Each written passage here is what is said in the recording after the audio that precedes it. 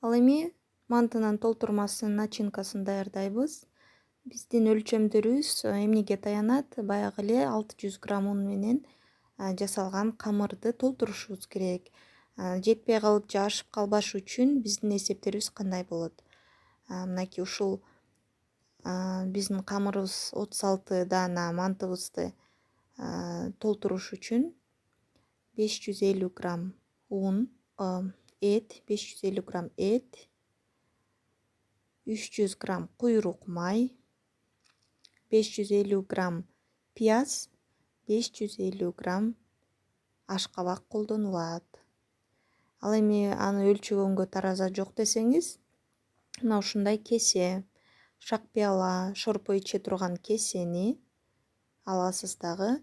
Ошону үйүп толтурсаңыз 550 грамм ашкабак чыгат. Ушул кесени үйүп толтурсаңыз 550 грамм пияз чыгат. Ушул кесени үйүп толтурсаңыз 550 грамм тууралган, майда тууралган эт чыгат. Ал эми бөксө толтурсаңыз, жарым толтурсаңыз 300 грамм куйрук май чыгат. Болгон өлчөмдөр ошондой эле. Мынакей ушул пропорция менен даярдалган толтурма биздин 3 каскан мантыга жетет. Дагы бир мантынын толтурмасы даамдуу болушунун шарты биз турап жаткан азыктарыбызды майда, болушунча майда кылып турайбыз. Фарш кылбайбыз, мясорубкадан өткөрбөйбүз. Чоң оливьенкиндей кылбайбыз. Колдон келишинче майда кылып турасак, ошончолук шорполуу, ошончолук даамдуу манты болот. Сиздер таразага тартпайм десеңиздер 300 грамм куйрук ушунча чыгат да. Могу бир кесени толук толтурбай бөксө толтурсак 300 грамм куйрук чыгат. Ал эми ашкабакка өтөбүз. Ашкабактын сарысы жакшы болот. Сулуу, жакшы ашкабак мантыга туура келет.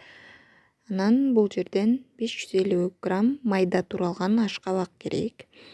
Анын ушинтип бөлүкчөлөргө бөлүп алабыз. Негизи экинчи бөлүгүн бөлбөй деле койсом болмок экен. Анткени ушу биринчи эле бөлгөн ушул колумдагы бөлүк эле 550 грамм чыгып калды да. Кабыгын алабыз, денегин алабыз, анан ашкабакты дагы болушунча майда кылып, 4 бурчтук кылып тууралабыз.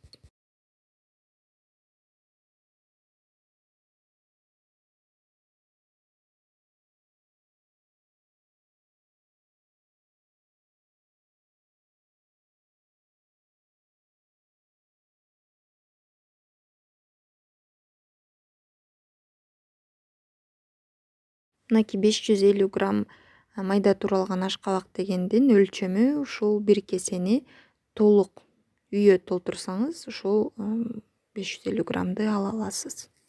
Чыгара аласыз мынакей. Андан кийинки эң маанилүү азыктарыбыздын бири бул пияз. Пиязды да колдон келишинче ичке майда туурайбыз. Чоң болсо пияз согун бизде пияздын согун чыгарышыбыз керек да. Шорполуу болуш үчүн.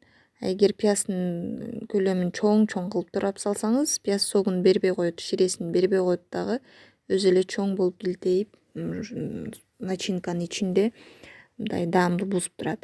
Эгер пияз майда тууралган болсо, ошондо бул пияз өзүндөгү ширесинин бардыгын этке берет дагы, ошондо сонун шорпо болуп чыгат мантынын ичиндечи. Анан аз колдонбош керек, сөзсүз түрдө 550-600 грамм пияз керектелет бул өлчөмдөр үчүн. Мынакей биздин 4 азыгыбыз: эт, пияз, ашкабактын өлчөмү веси 1, 550 граммдан жана 300 грамм куйрук май. Туз кошобуз.